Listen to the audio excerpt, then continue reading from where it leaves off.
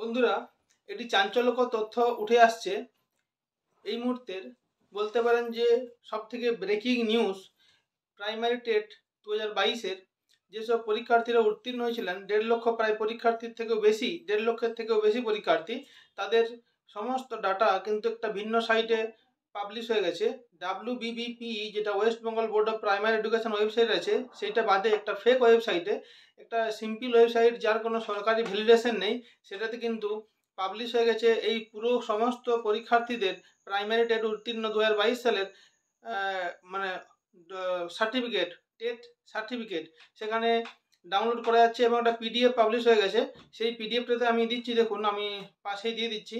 পিডিএফটাতে পুরো সমস্ত পরীক্ষার্থীদের নাম, রোল নাম্বার, তারপরে নাম, roll number, serial number, date of birth, total marks কত পেয়েছে, ফর্ম নাম্বার, মানে টেট 2 যেটা ছিল আর কি 2022, ওই সব 7/22/2 যেসব ছিল আর কি, ফর্ম নাম্বার সব কিছু একদম থরলি পাবলিশ হয়ে গেছে পুরো ওই ওয়েবসাইটে, একটা পিডিএফে।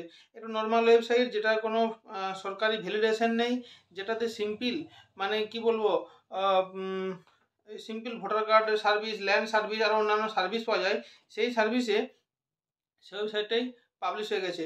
তো কী হয়েছে, 2022 সালে 6,90,932 জন রেজিস্টার করেছিলেন নিজেদেরকে পরীক্ষায় বসার জন্য, কিন্তু পরীক্ষা দিয়েছিলেন 6,19,102 জন। তো পরীক্ষায় বসেছিলেন আর কি, কিন্তু পরীক্ষায় পাস করেছিলেন 1,50,491 জন। তো এই সমস্ত পরীক্ষার্থীদের ম্যাক্সিমামটাই কিন্তু ডাটা কিন্তু পাবলিশ হয়ে গেছে একটা ফেক ওয়েবসাইটে। ফেক বললে কি বলা যায় না, একটা মানে একটা বেসরকারি বা একটা এমনি সিম্পল ওয়েবসাইটে, যেটার কোনো ভ্যালিডেশন নেই। West Bengal board of primary এডুকেশনে যদি পাবলিশ হতো সেটা বলা যেত।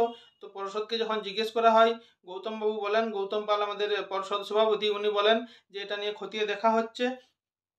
তারপরে উনি আশ্বাস দিয়েছেন যে এটার বিরুদ্ধে পদক্ষেপ নেওয়া হবে। তথ্য পাস কী করে হতে পারে একটা প্রাইভেট ওয়েবসাইটে, যেটার কোনো ভ্যালিডেশন নেই? তাহলে কি এটা জালিয়াতির খবর, নাকি এটা একটা কোইন্সিডেন্স, নাকি এটা কোনো ডেটা লিক, নাকি এটা কোনো মানে যারা সংস্থা সাইবার ক্রাইম একটা কোনো, সেটা বোঝা যাচ্ছে না এখনো পর্যন্ত।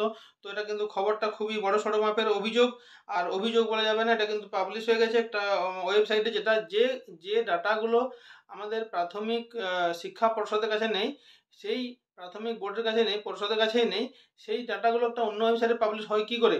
এটা একটা প্রাইভেসির কনসার্ন, এটা একটা মানে ক্যান্ডিডেটদের ডাটা পাস হয় কী করে, ফাঁস হয় কী করে অন্য একটা ওয়েবসাইটে? এটা নিয়ে খুবই গুরুতর একটা অভিযোগ উঠছে।